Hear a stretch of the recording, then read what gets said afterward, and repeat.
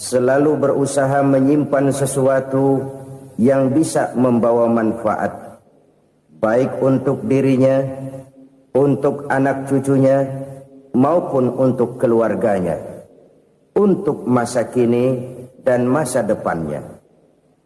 Kadang simpanan itu berbentuk uang, kadang berupa tanah, lain saat berbentuk pabrik, dan lain sebagainya. Sementara masa depan yang paling pasti adalah akhirat. Jika untuk masa depan dunia kita rela memeras keringat, membanting tulang, pergi pagi dan pulang petang, menyimpan uang, menyimpan tanah, menyimpan pabrik, pernahkah kita merenung jika satu saat kiamat datang, kita dibangkitkan dari kubur masing-masing, berdiri di padang mahsyar untuk mempertanggungjawabkan seluruh kegiatan hidup kita di dunia ini, lalu kita akan menuju ke alam akhirat. Sudahkah kita mempunyai simpanan untuk akhirat kita? Pada pertemuan kali ini saya ingin menyampaikan sebuah hadis di mana Rasulullah sallallahu alaihi wasallam bersabda, "Arba'un min kanzil jannah." Simpanan sorga ada 4 macam. Yang pertama, ikhfa'us sadaqah, menyembunyikan sedekah. Saudara-saudara kaum muslimin, sebagaimana yang kita maklum bahwa Allah Subhanahu wa taala melebihkan sebagian rezeki dari kita terhadap yang lain. Ada yang kaya, ada yang setengah kaya, ada yang miskin, ada yang setengah miskin, dan selanjutnya. Ada yang gajinya kecil tapi penghasilannya gede. Ada yang penghasilannya gede tapi nggak punya gaji. Ada juga yang memang gajinya gede dan penghasilannya gede. Kelebihan rezeki merupakan sunnatullah dan tidak harus membuat kita merasa lebih dari yang lain. Bahkan sebaliknya, kelebihan itu harus membuat kita ringan tangan untuk menolong mereka yang memang memerlukan pertolongan. Kalau saudara diberikan ilmu, maka pertanyaan akhirat cuma satu: ilmumu kau amalkan untuk apa? Kalau saudara diberikan umur yang panjang, pengadilan akhirat juga bertanya satu: umurmu kau habiskan di mana?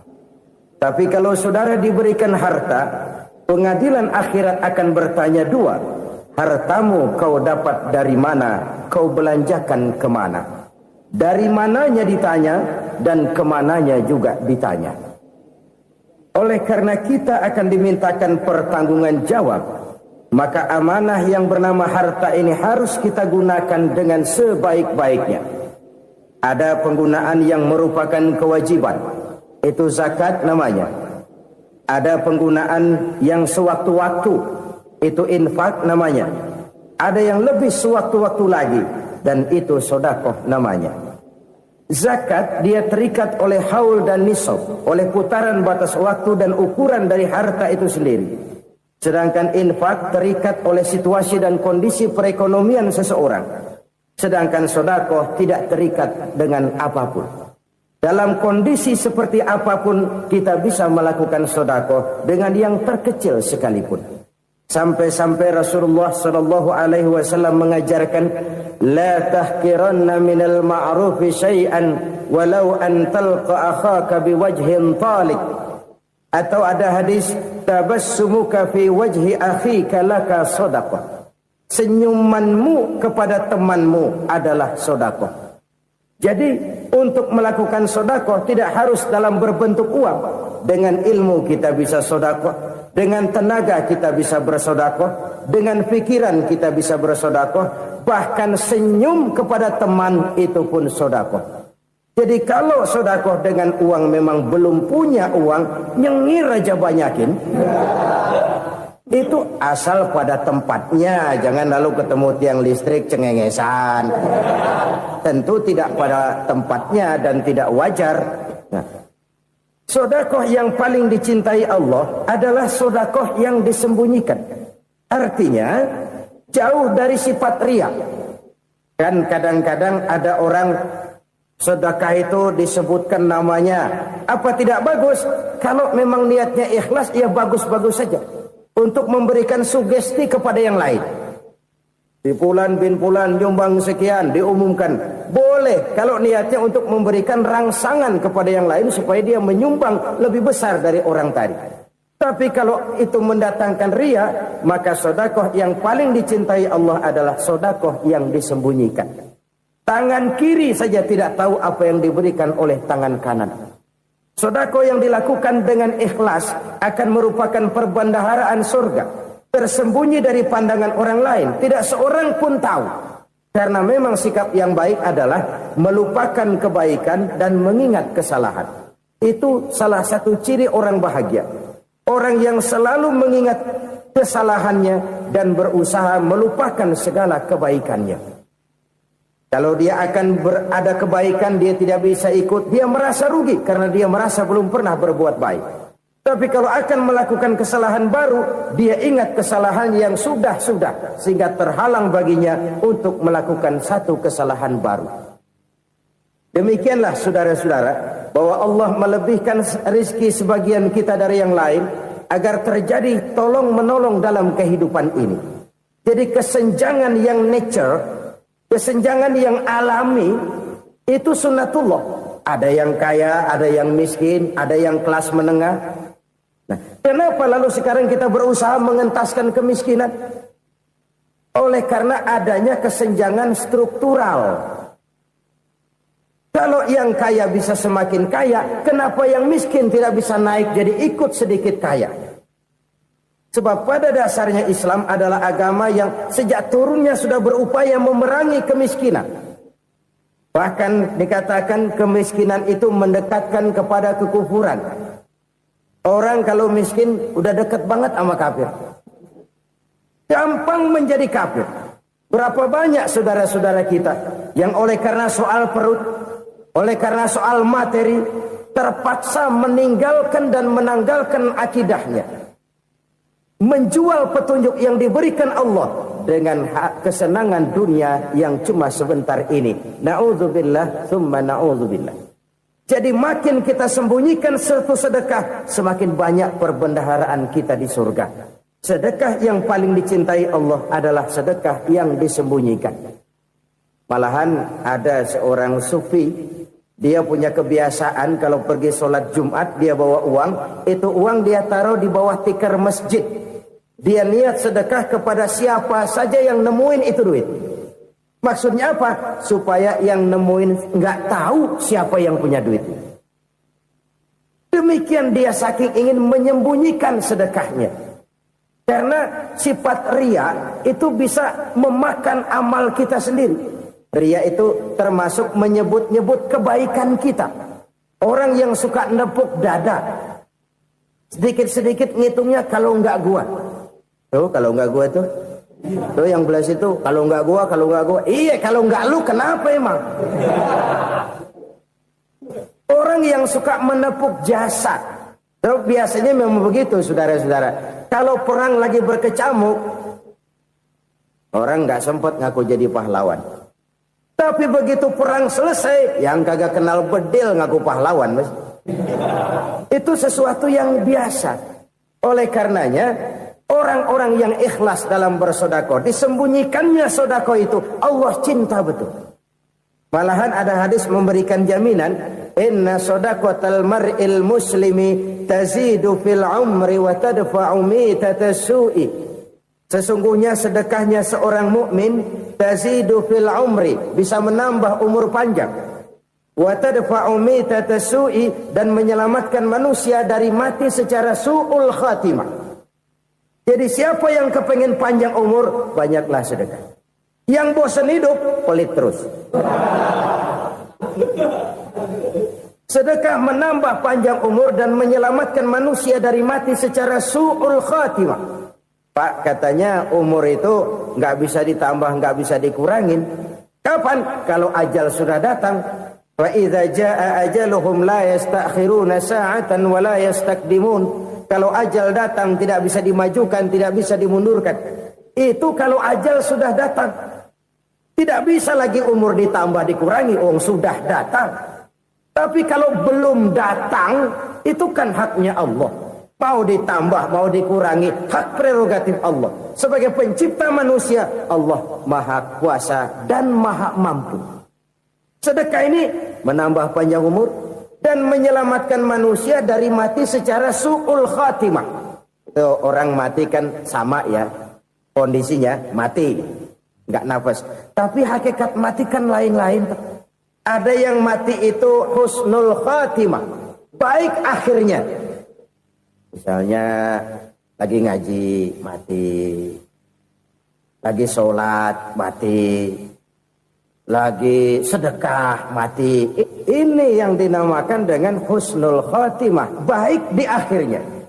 Sebaliknya ada yang su'ul khatimah, jelek di akhirnya. Ini yang jadi catatan akhir. Lagi nyekek botol, mampus. Lagi banting kartu, modar. Su'ul khatimah, jelek pada akhirnya. Sedekah menyelamatkan manusia dari mati secara su'ul khatimah. Dan kita semua kepengen mendapat husnul khatimah, jauh dari su'ul khatimah. Oleh sebab itu yang bisa menyelamatkan kita dari penyakit itu antara lain adalah sedekah yang disembunyikan. Yang dikerjakan dengan ikhlas karena Allah. Tidak karena kepengen dipuji orang, tidak karena ingin dikatakan orang pemurah, sebab orang dermawan itu orang yang memberi tanpa harus diminta. Kalau masih harus diminta, ya belum dermawan namanya, masih harus diminta. Kalau nggak diminta ya tulus, lolos, polos.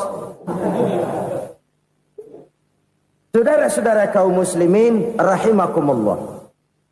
Harta adalah amanat dan akan kita pertanggungjawabkan. Allah melebihkan rizki sebagian kita dari yang lain agar kita saling tolong menolong, bantu membantu. Nabi janjikan siapa yang meringankan beban saudaranya muslim di dunia, Allah akan meringankan bebannya di akhirat nanti.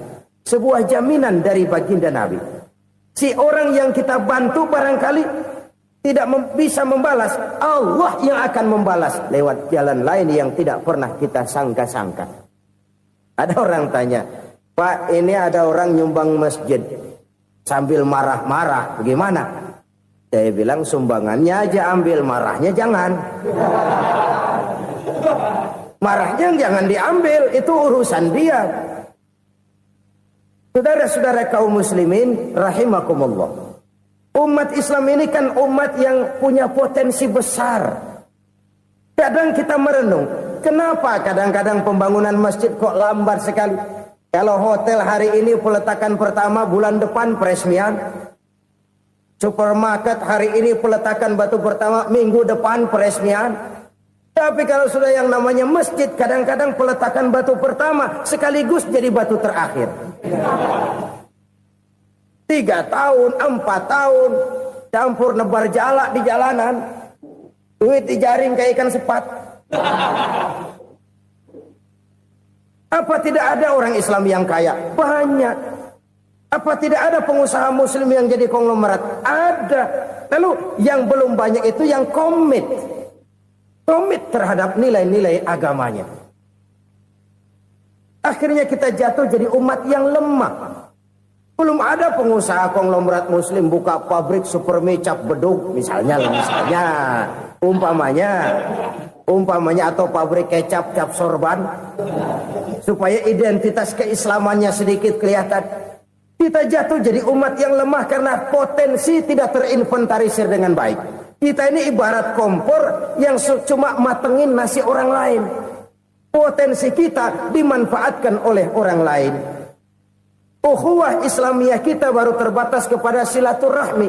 Ukhuwah di bidang ekonomi kita lemah, ukhuwah di bidang kebudayaan kita lemah, apalagi ukhuwah di bidang politik kita lebih rapuh lagi. Padahal ukhuwah itu adalah totalitas kehidupan manusia, menyangkut ipolexosbud, memerlukan nilai-nilai ukhuwah. Jadi oleh karena itu mari kita menyadari di dalam harta kita, walaupun kita yang cari, pergi pagi, pulang sore, peras keringat, banting tulang, di sana ada harta anak yatim. Di sana ada hak masjid. Di sana ada hak pesantren, di sana ada hak jihad. Berbahagialah seseorang apabila dia oleh Allah dijadikan keran. Keran itu menyimpan air, tapi tidak untuk dirinya, tapi disalurkannya kepada mereka yang memang memerlukannya. Saudara-saudara kaum muslimin rahimakumullah, ini yang pertama. Jadi perbendaharaan surga adalah menyembunyikan sedekah. Orang lain nggak tahu, kita pun nggak pernah ngitung-ngitung. Kita anggap lewat begitu saja, padahal itu deposit akhirat. Satu. Yang kedua, perbendaharaan surga itu apa? Wa kitmanul musibah, menyembunyikan kesulitan. Kadang orang takut menghadapi kesulitan. Tapi makin kita merenung, hidup ini kan sebenarnya urusan. Takut sama urusan, ya jangan hidup. Tandanya orang hidup itu kalau punya urusan. Urusan melupakan problem. Problem sering menimbulkan kesulitan. Kesulitan bukan untuk ditakuti, tapi untuk diatasi dan dicarikan jalan keluarnya. Siapa sih orangnya yang nggak pernah sulit-sulit? Makin tinggi status sosialnya, makin gede urusannya. Makin tinggi kualitas imannya, makin berat tingkat kesulitannya. Cuma memang yang namanya enak itu seperti pelangi. Biang lala itu nggak pernah di atas kepala kita, di atas kepala orang melulu. Lo sih enak lo, kata kita. Dia juga bilang, yang enak kan lo. Pelangi itu nggak pernah di atas kepala kita. Kata tukang beca, aduh enak ya naik Mercy. Kata tukang beca, apa yang di dalam mobil Mercy? Aduh enak bener tukang beca. Di jok ngeringkuk, ngorok pulas bener. Saya kamar pakai AC, sejuk, tempat tidur sutra, empuk, alga, spring bed, kulak kulik, nggak bisa pulas kalau belum minum Valium, belum tidur. Enak bener tukang beca, di jok ngorok nggak tahu wetan kulon. Si tukang beca bilang yang di Mercy enak, yang di Mercy bilang tukang beca enak. Inilah enak, nggak pernah di atas kepala kita, di atas kepala orang lain melulu enak itu.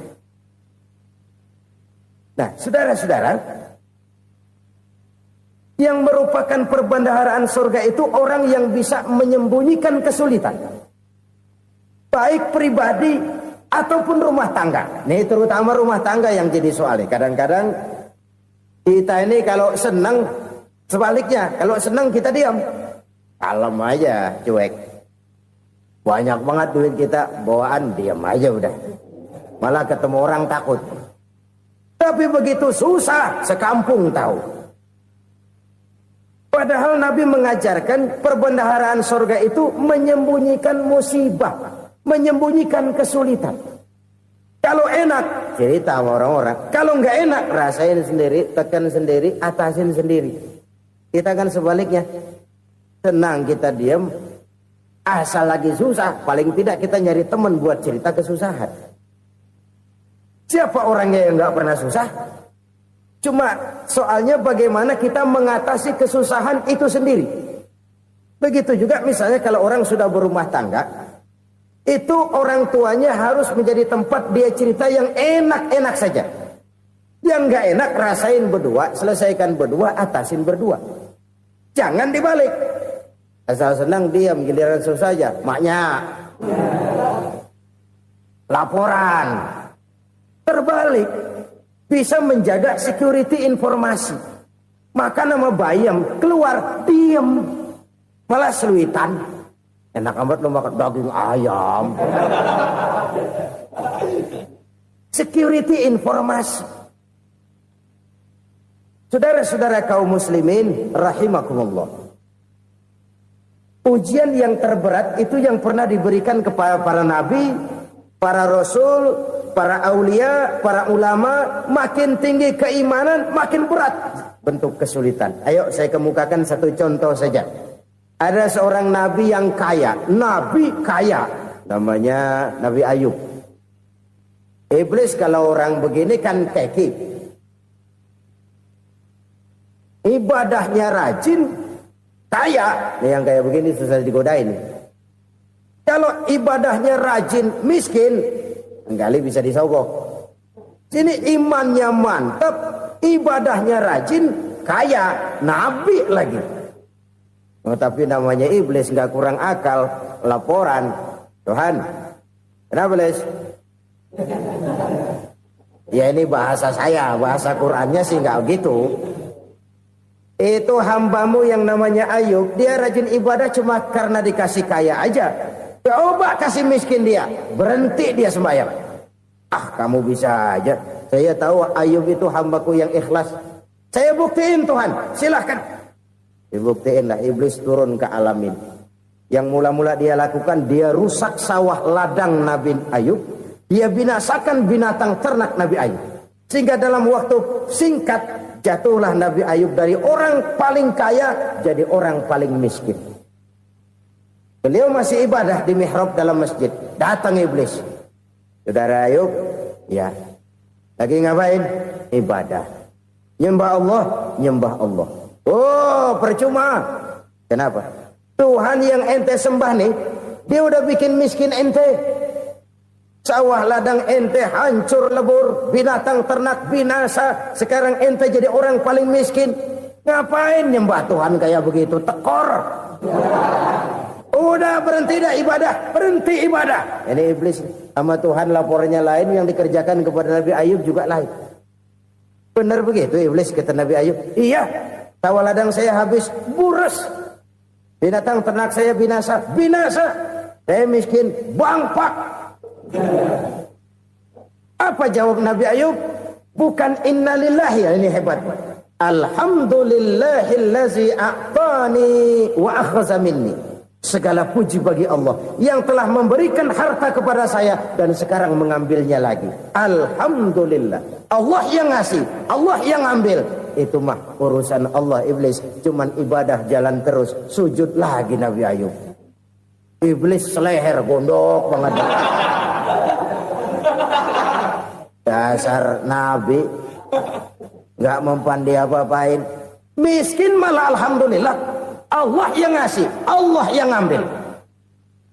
Jadi kalau kita tidak komit, kita tidak terikat kepada kaya, miskin, senang, susah, apa yang bisa bikin kita susah?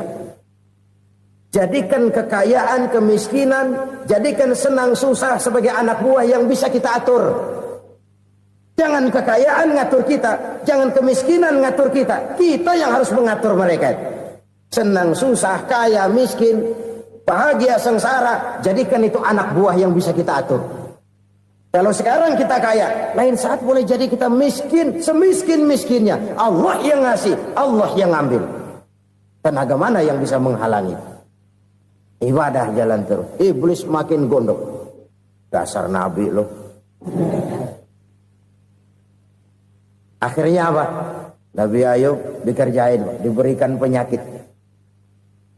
Demikian fatal penyakitnya. Bayangin, udah miskin sakit. Masya Allah. Miskin sakit.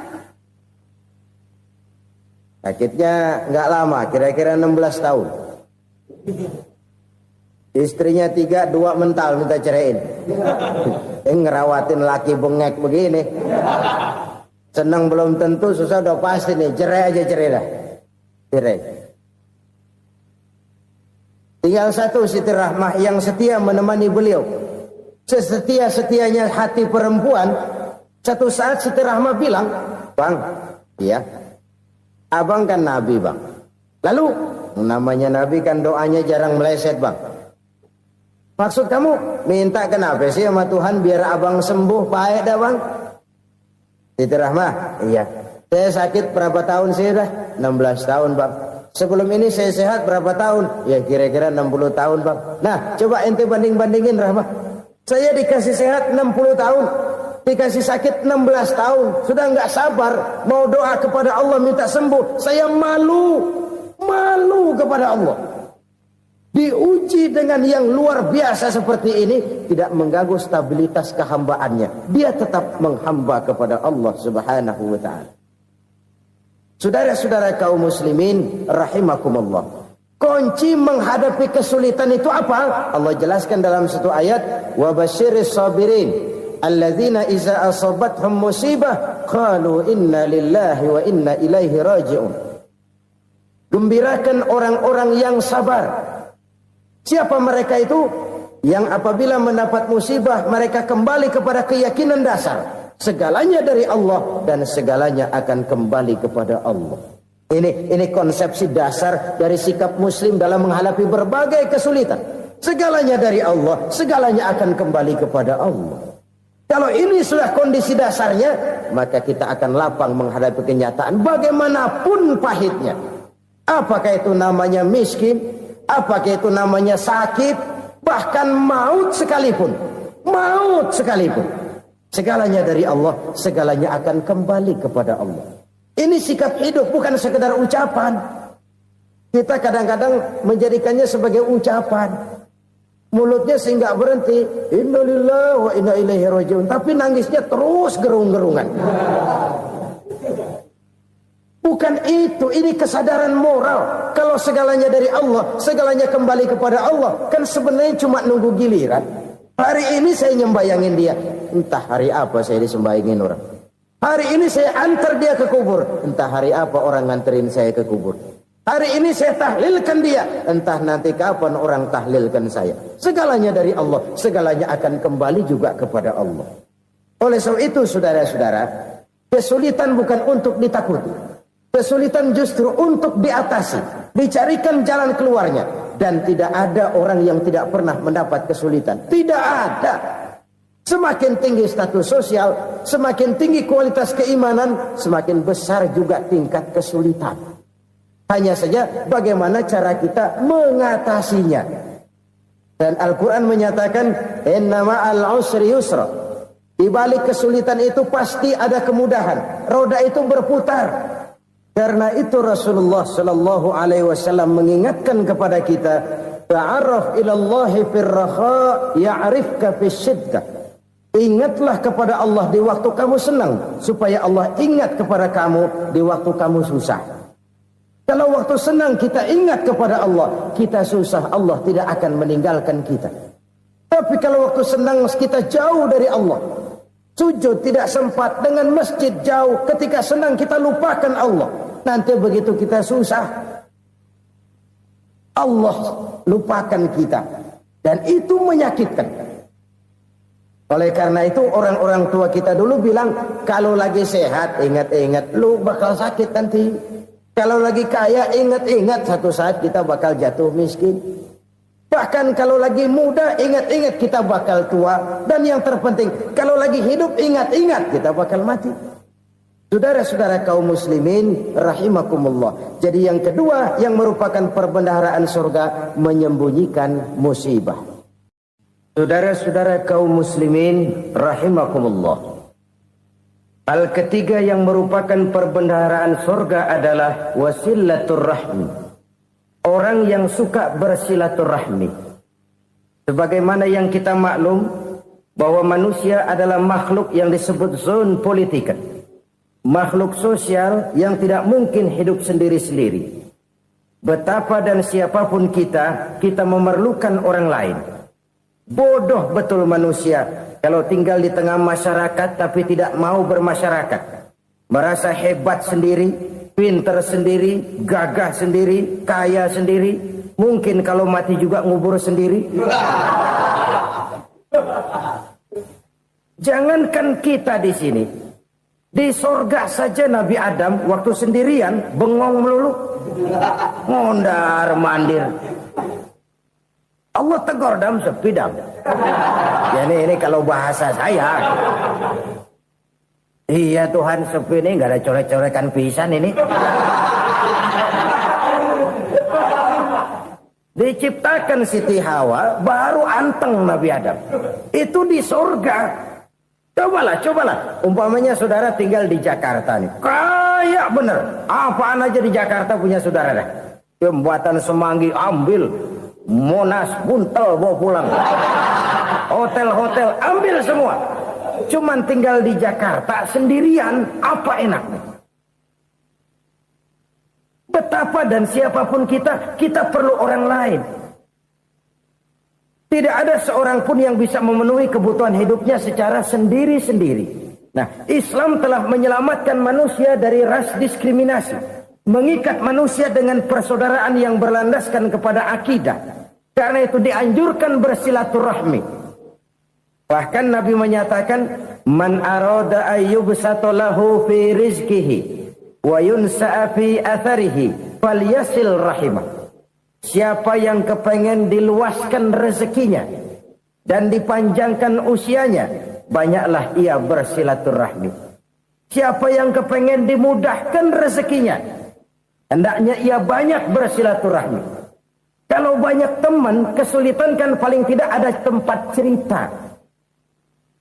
Udah susah, sendirian kita pikirin diri, nggak ada tempat tukar pikiran. Cepet banget sama bengek. Dilawan sendiri. Nah, secara makro kita bisa berkata, tidak mungkin ada kemenangan kalau tidak ada kekuatan. Tidak ada kekuatan kalau tidak ada kesatuan dan persatuan. Tidak mungkin ada kesatuan dan persatuan tanpa semangat silaturahmi. Kalau umat Islam mau menang, dia harus kuat. Kalau umat Islam mau kuat, dia harus bersatu. Kalau umat Islam mau bersatu, dia harus membudayakan silaturahmi ini. Bahkan sampai-sampai kata Nabi, kalau bisa cari nilai tambah. Apa? Silman qata'ak. Bersilaturahmilah kau kepada orang yang marah denganmu. Masya Allah, indahnya ajaran agama kita. Orang yang marah pun kepada kita, kata Nabi, kalau bisa bersilaturahmilah kepadanya. Kepada orang yang marah itu. Di situ nilai tambah. Cuman jujur nih hadis, ngucapinnya gampang, ngamalinnya yang berat banget.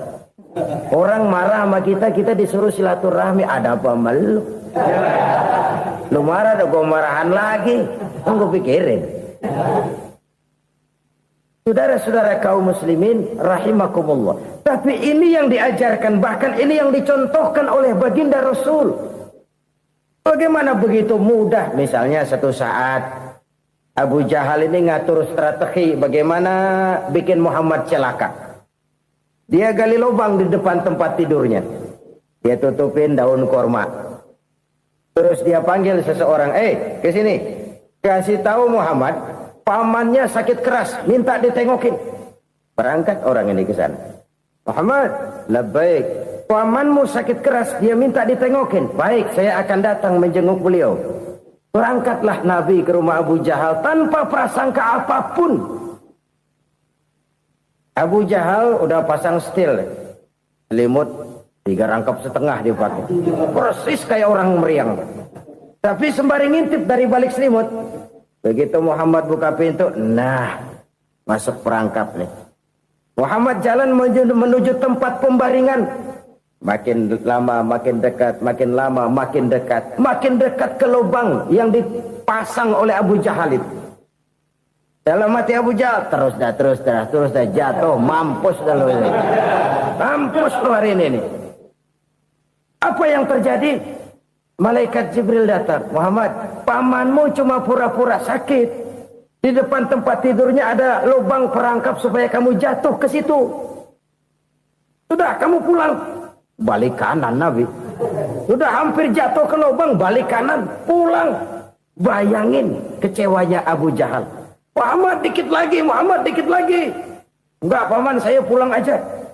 Emosi bangun dari tempat tidur, enggak sadar kalau lagi pura-pura sakit. Lompat ngejar Nabi, dia lupa dengan lubang yang dia gali. Serak, nyemplung sendiri ke dalam lubang.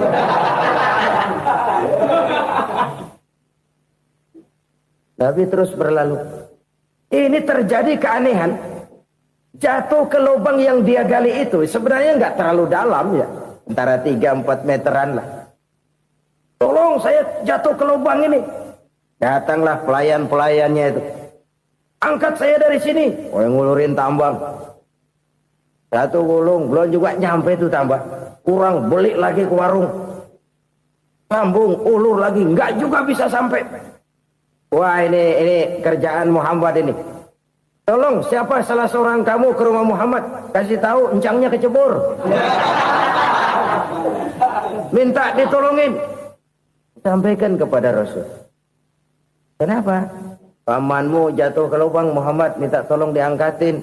Tambang udah nyambung-nyambung nggak nyampe juga. Ya, nanti saya datang, saya tolong. Coba. Nyata-nyata orang berniat jahat mau mencelakakan dia. Datang dia menolong. Ini yang disebut air tuba dibalas air susu ya ini. Bukan sebaliknya. Air tuba dibalas air susu. Paman, kecebur ya? Iya Muhammad, tolong ini. Pegang tangan saya. Nabi ulurkan tangannya. Nyampe. Dipegang oleh Abu Jahal. Diangkat ke atas. Sampai atas. Apa kata Abu Jahal? Sihirmu memang hebat Muhammad. Udah ditolongin dikata sihir. Yang enak kita kemplang kan itu orang begitu. Urusan apa? Tapi inilah akhlak. Kalau bisa kamu bersilaturahmilah dengan orang yang marah kepadamu sekalipun. Orang marah kita tetap baik. So, kalau kita berbuat baik sama orang yang memang baik, rasanya sih biasa-biasa aja. Orang baik kita baik lagi. Ya draw aja, belum ada nilai tambah di situ. Baru ada nilai tambah kalau kita bisa berbuat baik kepada orang yang nyakitin kita. Itu namanya kita setingkat di atas dia. Dia sakitin kita, kita berbuat baik sama dia. Dia pelit sama kita, kita baik sama dia. Dia marahin kita, kita deketin dia. Di situ kita punya nilai tambah. Jadi siapa yang ingin diluaskan rezekinya kata Nabi dan dipanjangkan umurnya, hendaklah ia banyak-banyak bersilaturahmi. Sederhana sebenarnya silaturahmi, tapi silaturahmi membangkitkan semangat kesatuan dan persatuan. Kesatuan dan persatuan melahirkan kekuatan. Dalam matematika 1 ditambah 1 pasti 2. Tapi di tengah masyarakat 1 orang takut ditambah 1 orang takut, hasilnya jadi 2 orang setengah berani. Kenapa setengah berani? Karena udah berdua. Tadi pan takut sendirian. Kalau dia kumpul turu-turu takutlah jadi berani. Kita yang lemah, kita yang tidak berdaya, kita yang miskin, kalau mau kompak bersatu, apa yang nggak bisa kita kerjain? Apalagi tinggal di kota besar, pilihan cuma 2, bertahan atau minggir. Bertahan atau minggir. Untuk bisa bertahan harus mampu bersaing. Untuk mampu bersaing harus punya keahlian. Keahlian harus ditunjang dengan pendidikan, ditambah oleh kekompakan sebagai umat. Udah miskin mencar mulu, orang injak kita. Orang nggak pandang urusan apa yang malu. Oleh karena itu silaturahmi pada hakikatnya merupakan roh dari ukhuwah yang diajarkan oleh agama kita. Bagaimana Islam menyelamatkan masyarakat manusia dari ras diskriminasi, mengikat manusia, dan tidak ada persaudaraan yang lebih indah selain persaudaraan yang diikat dengan nilai-nilai akidah. Sepanjang orang di jalan Allah, itulah saudara kita. Keluar dia dari jalan Allah, selesailah persaudaraan sampai di situ. Karena itu, kalau ingin menyimpan sesuatu di surga, banyaklah bersilaturahmi. Datang ke rumah ini, datang ke rumah itu, dan lain sebagainya. Itu simpanan kita di akhirat nanti. Ini yang ketiga. Saudara-saudara, yang keempat, perbendaharaan surga itu apa? Wa qawlu la hawla wa la quwwata illa billah. Ucapan la hawla wa la quwwata illa billah. Ibadah kan ada yang berat, modalnya besar. Bangun masjid berat, modalnya besar. Bangun rumah sakit berat, modalnya besar. Ada ibadah yang berat, tapi modalnya ringan. Misalnya puasa. Puasa itu berat, mengendalikan nafsu. Kalau sekedar nggak makan nggak minum sih enteng. Mengendalikan nafsu itu jihad terbesar. Tapi kan modalnya ringan, cuma niat saja. Ini ibadah berat, modalnya ringan. Ada ibadah yang ringan, modalnya juga enteng. Seperti termasuk ucapan la haula wa la quwwata illa billah. Tanpa sadar, la haula wa la quwwata illa billah. Nyelengin tuh di surga. Nyelengin, kita nggak terasa. Nyelengin simpenan akhirat. La haula wa la quwwata illa billah. Nyimpan lagi. Kaget. La haula wa la quwwata illa billah. Nyimpan lagi. Banyak simpenan. Walaupun sebenarnya yang dimaksud di sini adalah kesadaran batin. Bahwa tidak ada daya dan kekuatan kecuali Allah. Itu intinya. Kita memulai pekerjaan disunahkan baca bismillah. Kan begitu. Apa itu? Kesadaran moral. Bahwa ini saya bisa kerjakan. Saya kerjakan ini dengan menyebut nama Allah. Kenapa? Kalau Allah tidak memberikan daya dan kekuatan, mana mampu saya kerjakan ini. Maka saya kerjakan ini dengan menyebut nama Allah. Bismillah. Kesadaran moral. Manusia hanya wajib berusaha, tapi nggak pernah wajib berhasil. Banyak hal-hal yang kalau kita renungkan secara rasio nggak mungkin. Tapi jadi kenyataan. La haula wa la quwata illa billah. Tidak ada daya dan kekuatan kecuali bagi Allah semata-mata. Kesadaran moral akan kelemahan dan keterbatasan makhluk bernama manusia. Kadang kita kagum dengan otak, tapi kita sering lupa sama yang bikin otak. Padahal bagaimanapun hebatnya otak, yang bikin otak pasti lebih hebat dari otak. Nggak percaya, silahkan otak-otakan. Inilah kecenderungan. Kita kagum dengan pesawat-pesawat mutakhir, bukan main besi gede banget terbang itu. Alangkah hebatnya. Lalu apa yang bikin otak tidak lebih hebat dari itu semua? Kita puji laut. Apa yang bikin laut tidak lebih hebat dari laut itu? La haula wa la quwata illa billah. Tidak ada daya dan kekuatan kecuali Allah. Apa yang bisa kita lakukan? Kalau tidak karena daya dan kemampuan yang diberikan oleh Allah kepada kita. Lahirlah sikap tawadu, rendah hati. Tidak melonjak menjadi angkuh dan sombong. Sadar akan kelemahan dan keterbatasan diri. Sebagai makhluk yang diciptakan oleh Allah subhanahu wa ta'ala. Jadi satu sisi ini ucapan yang berpahala. La haula. Jadi wiridan. Pada sisi lain ini kesadaran moral. Sikap mental, kesadaran batin, bahwa yang punya daya dan kekuatan itu cuma Allah. Kita nggak pantas untuk sombong, sebab sombong itu pakaiannya Allah. Kita nggak sedang pakai pakaian Allah, kegedean. Dan makin kita renungi, makin terbentur. Apa sih yang bisa kita sombongin? Kita mau sombong apa? Kayak pintar, itu kan semua relatif. Di atas langit masih ada langit lagi. Jadi oleh karenanya, marilah kita menyadari.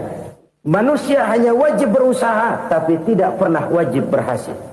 Yang berusaha saja tidak wajib berhasil, apalagi yang tidak berusaha. Islam bukan agama orang pemalas yang selesai sholat lalu endelohom, nggelenggem ayem-ayem. Tapi Islam bukan agama orang sombong yang setelah berusaha lalu tidak memerlukan Allah. Kita bisa saja bikin proyeksi, tahun sekian kita bakal panen besar menurut perhitungan otak. Tapi ada kejadian lain. Apa? Tikus ngambek. Habis itu dimakanin tikus, panen gagal. Proyeksi rasional gagal oleh tikus-tikus yang ngambek itu. Bisa saja terjadi. Tahun depan kita panen besar. Urung. Kenapa? Musim panas panjang. Dan sekarang ini koran-koran bikin berita musim mengalami penyelewengan. Bukan cuma manusia yang nyeleweng sekarang. Musim pakai nyeleweng. Mestinya kan musim hujan udah selesai. Masih hujan-hujan juga. Musim. Nah sekarang kita boleh bikin proyeksi, kita bakal panen besar. Tahu-tahu musim panas panjang, sawah retak, air kering. Cari teknokrat yang paling botak, suruh pendekin tuh musim panas. La haula wa la quwata illa billah. Inilah kesadaran moral. Saudara, saya teringat satu saat ada seorang konglomerat. Umurnya ya kira-kira 70-an. Suatu saat dia ditanya oleh wartawan, Pak, umur Bapak berapa sih? Ya paling 10 tahun. 10 tahun? 10 tahun? Anak Bapak berapa orang? Satu saja? Satu. Harta Bapak berapa? Ya paling-paling bangsa 7 juta kali. 7 juta? Iya. Pak, kenapa Bapak bohongi saya? Bapak punya buku biografi. Koran-koran, majalah-majalah banyak memuat cerita riwayat hidup Bapak. Saya tahu umur Bapak 70. Kenapa bilang cuma 7 tahun? Saya tahu anak Bapak 8. Kenapa cuma bilang 1? Saya tahu harta bapak miliaran, mungkin triliunan, pabrik di mana-mana, bank di mana-mana. Kenapa bilang uang bapak cuma 7 juta? Nah, kata si konglomerat tadi, kamu benar nak, kamu benar. Umur saya kalau jumlahnya memang 70 nak. Cuman ingat-ingat saya, baru 7 tahun terakhir ini saya sujud. Baru 7 tahun terakhir ini saya berusaha dekat dengan Allah. Saya laksanakan perintahnya, saya jauhi larangannya. 7 tahun inilah rasanya yang ada nilainya di hadapan Allah. Yang 63 tahun matong, kelabu, kelem umur gue. Habis untuk maksiat, untuk munkarat. Maka ketika ditanya tadi, umur saya 7 tahun itu. Oh begitu Pak. Oh iya. Lalu anak Pak. Anak bapak kan 8. Kenapa bilang cuma 1? Nah, kalau jumlah hitungannya memang anak saya 8. Tapi dari 8 orang ini rasanya cuma 1 nih. Yang bakal jadi buah hati, belahan jantung. Pelanjut cerita, penerus sejarah. Bakal jadi anak soleh yang akan mendoakan saya.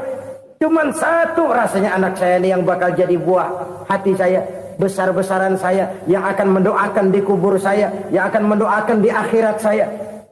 Yang 7 orang mana, Masya Allah, yang atu tenggeng, yang atu nyekek botol ngolo, yang atu nggak karu-karuan. Makanya saya bilang 1 anak saya yang akan bisa mendoakan saya. Oh begitu Pak. Iya. Nah harta Pak, harta bapak kan triliunan, pabrik bapak di mana-mana, uang bapak hampir di tiap bank-bank besar. Kenapa bilang cuma 7 juta? Betul kau nak. Harta saya kalau jumlahnya memang miliaran, triliunan mungkin. Tapi yang saya ingat baru 7 juta tuh yang saya belanjakan di jalan Allah. Saya nyumbang masjid, saya santuni yatim piatu, saya bantu pembangunan pesantren, saya bantu pembangunan rumah sakit Islam. Itu yang akan saya bawa pulang ke akhirat, yang 7 juta itu. Yang triliunan itu nanti akan diperebutkan oleh anak-anak saya sebagai waris saya. Jadi harta saya 7 juta itu yang bakal nemenin saya di akhirat. Yang akan saya bawa pulang jadi teman saya. Saudara-saudara kaum muslimin, jangan-jangan orang tua itu adalah kita-kita ini. Jangan-jangan kita-kita ini adalah orang tua itu. Jangan-jangan itu potret dari diri kita masing-masing. Dari sekian umur yang diberikan Allah, berapa tahun yang ada nilainya di hadapan Allah? Dari sekian anak-anak yang merupakan amanah, berapa yang akan mendoakan kita sebagai orang tuanya menjadi anak soleh? Dari sekian banyak harta yang diberikan Allah, berapa yang akan kita bawa pulang menghadapnya nanti, yang kita belanjakan di jalan Allah? Ini sebuah potret kehidupan. Karena itu kita kembali kepada la haula wa la quwwata illa billah. Kita wajib berusaha, kita wajib berikhtiar. Selebihnya, segala daya dan kekuatan hanya milik Allah saja semata-mata. Satu kesadaran batin dari setiap pribadi muslim. Setelah ia berusaha dan berikhtiar, ia menyerahkannya kepada Allah Subhanahu wa ta'ala. Jadi, satu sisi ini merupakan wiridan ucapan yang mengandung pahala. Pada sisi lain, ini merupakan sikap batin dari seorang muslim di dalam ia menghadapi realitas kehidupan ini. Saudara-saudara kaum muslimin, rahimakumullah. Kalau ini kita jadikan satu basis kehidupan, maka ini akan menyelamatkan manusia dari kemungkinan tergelincir menjadi orang yang lupa diri dan lupa darat.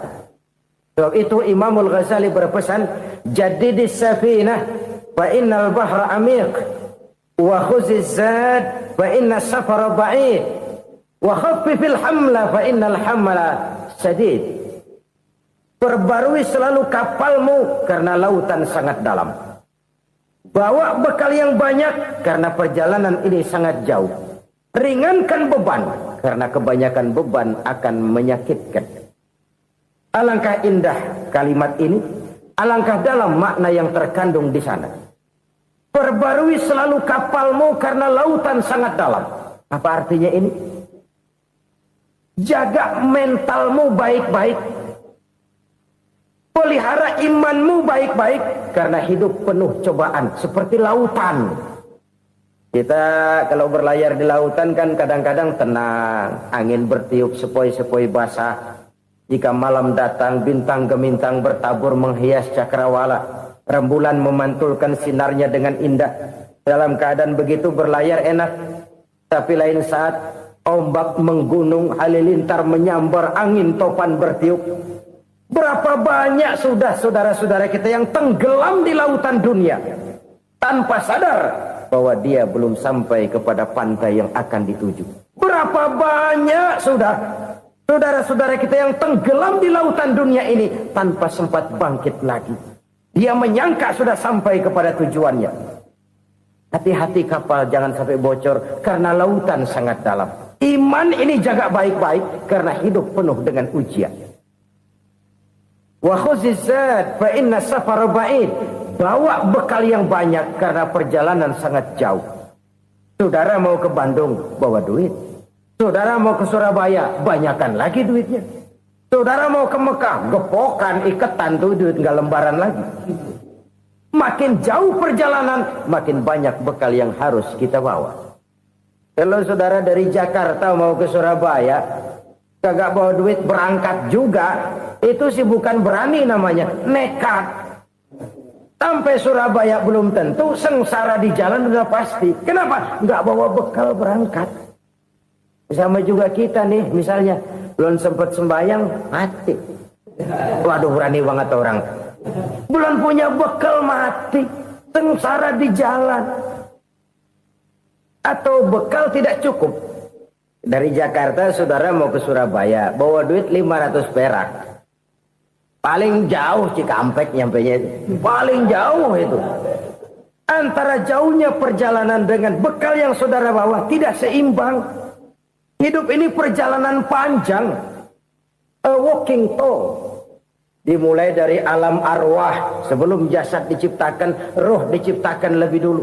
Dari situ pindah ke alam rahim. Dari alam rahim pindah ke alam dunia. Dari alam dunia pindah ke alam barzah. Baru menuju akhirat. Satu perjalanan panjang. Kalau bekal tidak bawa, sengsara di jalan. Bawa bekal yang banyak karena perjalanan ini sangat jauh. Wa khaffifil hamla, ringankan beban karena beban itu cuma akan menyulitkan. Kalau bekal itu sih keperluan, tapi beban nggak kita perluin, cuma ngeberat-ngeberatin. Apa ini beban? Dosa, kecurangan, kebatilan, kezoliman, ketidakadilan, kesewenang-wenangan. Itu akan jadi beban kita di akhirat. Alangkah celakanya, perjalanan panjang, bekal tidak bawa, beban kelewat banyak, alamat sengsara di jalan. Pahala tidak ada, dosa berlipat ganda. Na'udzubillah, summa na'udzubillah. Kalau kita rangkum nasihat Al-Ghazali dengan kisah si konglomerat tadi, kita akan mengambil kesimpulan. Pertama, bekal terbaik dalam menghadapi gejolak kehidupan ini tidak lain adalah iman. Yang kedua, pahala dan dosa. Dua hal kontroversial. Pahala adalah bekal, dosa adalah beban. Tapi kita sekarang kan tidak begitu terangsang kepada yang abstrak. Orang berlomba mencari yang konkret-konkret saja. Yang real. Kalau memang dosa, benjol dong. Kira-kira begitu. Kira-kira begitu. Persis orang Yahudi dulu. Orang Yahudi itu kan pernah minta kepada Nabi Musa. Ya Musa, lan nu'mina laka hatta narallaha jahrah. Musa, kami nggak bakal mau beriman kepada Allah kalau belum kami lihat Allah ada nongkrong di depan kami. Kalau memang Tuhan ada, taruh dong di depan kami. Mau yang konkret-konkret saja. Kalau memang dosa, benjol dong. Kalau memang pahala, berasa dong. Orang terangsang kepada yang real, yang konkret-konkret saja. Karena itu, untuk mengejar dosa, orang mau bayar. Tapi untuk mengejar pahala, walaupun tidak bayar, orang segan. Ini yang dikatakan oleh Nabi, kamu mengharapkan ke surga, tapi kamu berat melaksanakan sesuatu yang bisa membawa kamu ke surga. Kamu ingin jauh dari neraka, tapi tiap saat kamu lakukan perbuatan-perbuatan yang justru menjerumuskan kamu ke neraka. Idda'aitum an-najata minan nar wa ramaitum fiha anfusakum. Kamu ingin selamat dari neraka, tapi kamu lemparkan diri kamu ke neraka. Kamu ingin masuk surga, tapi berat sekali kamu melakukan perbuatan-perbuatan yang bisa menyampaikan kamu di surga. Saudara-saudara kaum muslimin rahimakumullah. Jadi hal keempat yang merupakan perbendaharaan surga adalah la haula wa la quwata illa billah. Satu sisi ini merupakan ucapan yang memperberat timbangan akhirat. Pada sisi lain ini merupakan sikap hidup seorang muslim. Kesadaran batin yang sangat dalam bahwa tidak ada daya dan kekuatan kecuali Allah. Dan itu kita simbolkan pada saat memulai pekerjaan dengan bismillah, dengan menyebut nama Allah. Satu kesadaran moral, saya hanya bisa melakukan ini karena diberikan daya dan kekuatan oleh Allah. Lahirlah sikap tawadu, rendah hati, tidak melonjak menjadi angkuh dan sombong. Saudara-saudara, sampai sini dulu jumpa kita kali ini. Semoga 4 perbendaharaan surga ini dapat kita lakukan, yang kelak akan merupakan bekal kita di kemudian hari nanti. Amin ya rabbal alamin. Bapak-bapak, ibu-ibu, saudara-saudara kaum muslimin rahimakumullah. Di dalam kehidupan kita sebagai seorang muslim, minimal 5 kali dalam sehari semalam kita mendengar seruan untuk mendirikan solat yang disebut azan. Ada kalimat menarik di dalam kalimat azan itu, yakni seruan hayya 'alal falah, marilah menuju kepada keberuntungan, marilah meraih kemenangan. Seruan ini adalah kecenderungan dari setiap manusia, apapun warna kulitnya. Artinya, setiap orang dalam hidup selalu ingin meraih dan mencari kemenangan. Kemenangan akan melahirkan kepuasan batin, dan kepuasan batin memberikan kebahagiaan. Sedangkan kekalahan melahirkan penderitaan batin, dan penderitaan batin menjerumuskan seseorang di dalam berbagai bentuk kerugian. Jikalau inilah seruan azan, maka masalahnya ialah apa yang menyebabkan kita meraih kemenangan. Al-Quranul Karim memberikan tuntunan dan ajaran kepada kita bahwa orang-orang yang memperoleh kemenangan itu tidak lain adalah orang-orang yang bertakwa. Hanyalah mereka yang bertakwa kepada Allah Subhanahu wa ta'ala pada akhirnya akan tampil sebagai pemenang. Lalu siapa orang yang bertakwa itu?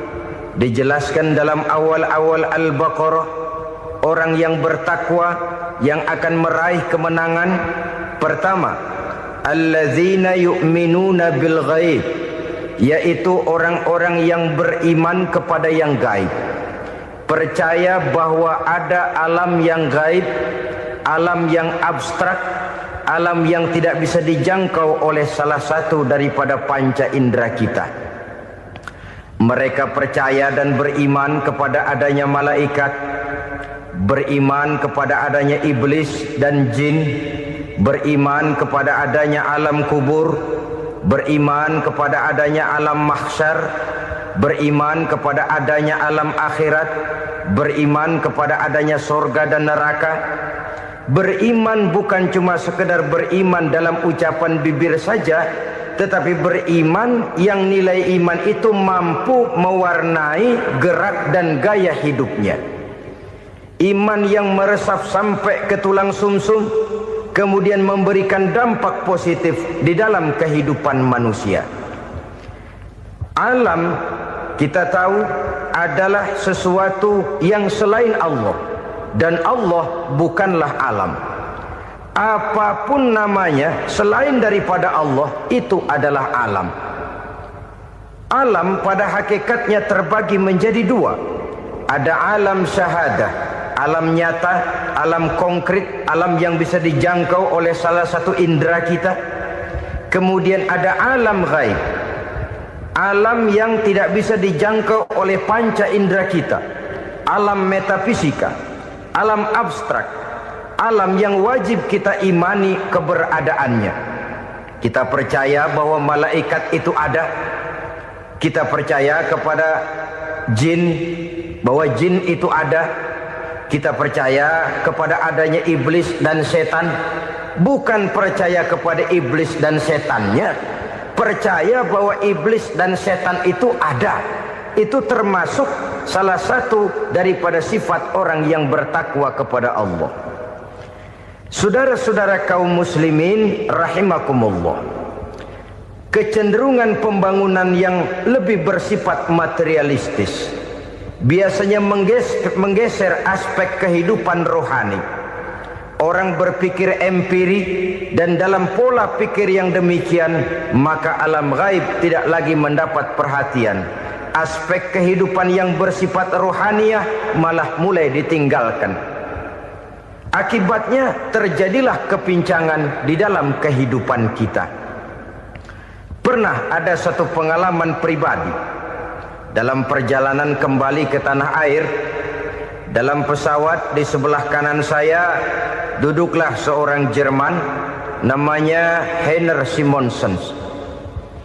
Iseng saya ajak kenalan, saya ajak ngobrol, saya tanya dia. Saya bilang, Mas Heiner ini, kalau pesawat yang kita tumpangi ini jatuh ke bawah, kira-kira apa yang bakal terjadi, Mas? Dia bilang, kita semua akan mati. Begitu? Iya. Oke. Apa itu mati? Tanya saya. Dia bilang, untuk tahu apa itu mati, kita harus tahu lebih dahulu apa itu hidup. Saya pikir nih bule bisa ngomong juga. Baiklah kata saya. Apa hidup menurut Anda itu? Oh, hidup itu dia bilang, kalau seluruh anggota badan kita bekerja secara normal, paru-paru memompa darah secara normal, jantung berdetak secara normal, sel-sel tubuh bekerja secara fit, dan organisme tubuh hanya mau bekerja secara normal, dia bilang, kalau kita memberi makan yang cukup, menu yang teratur, dan gizi yang lengkap. Saya bilang, kesimpulannya apa, Ner? Dia jawab, hidup adalah dari tangan ke mulut. Life is from the hand to the mouth, kata dia. Hidup adalah dari tangan ke mulut. Jadi masalah hidup tidak lebih daripada masalah isi perut.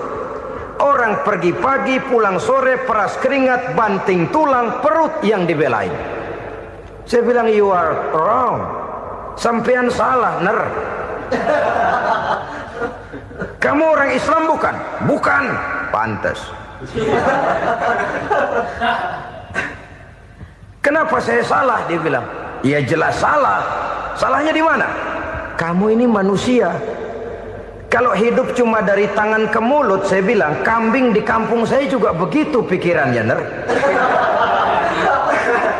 Itu kambing di kampung saya, asal perutnya kenyang, sudah hidup dia. Perkara besok bagaimana, lusa prospeknya macam mana, bulan depan ada apa, kambing nggak pernah mikir. Di kampung saya kambing juga pikirannya begitu. Kamu Kristen ya? Tadinya. Loh kok tadinya, lalu apa sekarang kamu ini? Dia bilang, sekarang saya netral. Saya tidak beragama, tapi saya percaya kepada Tuhan sebagai pencipta alam. Saya ingat benar dia bilang, I haven't any religious, but I believe to God as the creator of the world. Kenapa bisa netral begitu, Ner? Habis saya bingung katanya. Islam bilang Islam baik, Kristen bilang Kristen baik, Hindu Buddha bilang Hindu Buddha baik, semua agama baik. Saya netral sekalian, nggak beragama. Yang penting saya percaya kepada Tuhan. Saya bilang, Ner, kamu ini kayak orang mau beli celana. Lalu bingung. Yang satu bilang Levi's bagus, yang satu bilang Blue Jean hebat, yang satu bilang Wool England hebat. Celana ini hebat, celana itu bagus, celana ini hebat. Semua celana bagus, kamu bingung. Akhirnya netral, tidak pakai celana. Itu juga salah. Saya pikir-pikir, kemudian saya melihat bahwa dua pola berpikir Heiner ini nampaknya sudah mulai menggejala di lingkungan masyarakat bangsa kita. Disadari atau tidak, secara jujur kita harus berkata, dua pola pemikiran Henner ini mulai berkembang di tengah masyarakat bangsa kita. Pertama, pola pikir materialisme. Hidup adalah dari tangan ke mulut. Masalah hidup tidak lebih masalah isi perut. Itu yang perlu dibela, dan disitulah arti kehidupan. Pergi pagi, pulang sore, peras keringat, banting tulang untuk mempertahankan perut. Kalau sudah kemari cara orang berpikir, maka buat apa percaya kepada yang gaib? Untuk apa sholat? Untuk apa puasa? Untuk apa zakat? Untuk apa menghadiri majelis taklim? Tanpa kepercayaan kepada yang gaib, hidup berjalan menurut alur empiris dan materialis.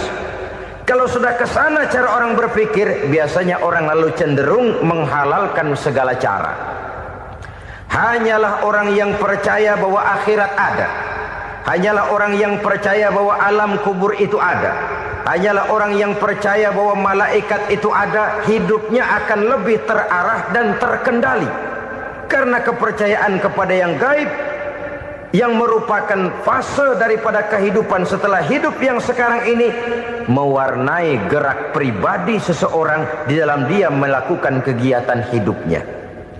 Pola berpikir materialisme, disadari atau tidak, mulai menggejala di lingkungan masyarakat bangsa kita. Hidup tidak lebih dari urusan tangan ke mulut, mulut ke tangan, tangan ke mulut. Asal perut sudah kenyang, hiduplah sudah. Perkara bagaimana prospek hari yang akan datang, bagaimana akhirat, tidak jadi persoalan.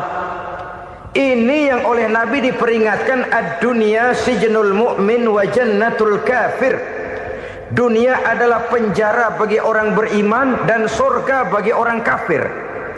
Dulu di zaman Belanda hadis ini pernah disalah tafsirkan, disalah artikan, digunakan sebagai senjata untuk mengkebiri dan membuat impoten umat Islam.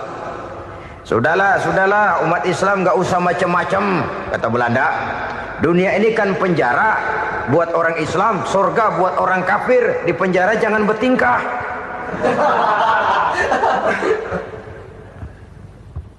Pengertiannya tidak begitu. Dunia adalah penjara bagi orang mukmin. Artinya dalam kehidupan dunia seorang mukmin tidak bebas memperturutkan hawa nafsunya. Di penjara hawa nafsunya itu. Sebaliknya, surga bagi orang-orang kafir. Buat orang kafir, surgalah dunia ini. Mereka bebas memperturutkan hawa nafsunya. Dilarang tidak terlarang, dicegah pun tidak tercegah. Mereka hidup menurut alur bisikan nafsu mereka sendiri. Kemudian bila ajal datang, maut merenggut nyawa, selesailah surganya sampai di situ. Maka bagi orang-orang yang tidak percaya kepada adanya akhirat, kepada adanya alam gaib, surganya sebatas umurnya. Sekali lagi, surganya sebatas umurnya. Bila umur selesai, ajal pun datang merenggut nyawa, selesailah sudah surganya sampai di situ. Alangkah pendeknya perjalanan orang-orang yang tidak percaya kepada alam gaib ini.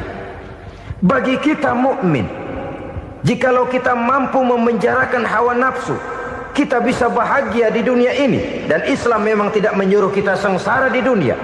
Raih dunia, kejar dunia, gapai dunia sebagai alat untuk mencapai kebahagiaan di akhirat nanti.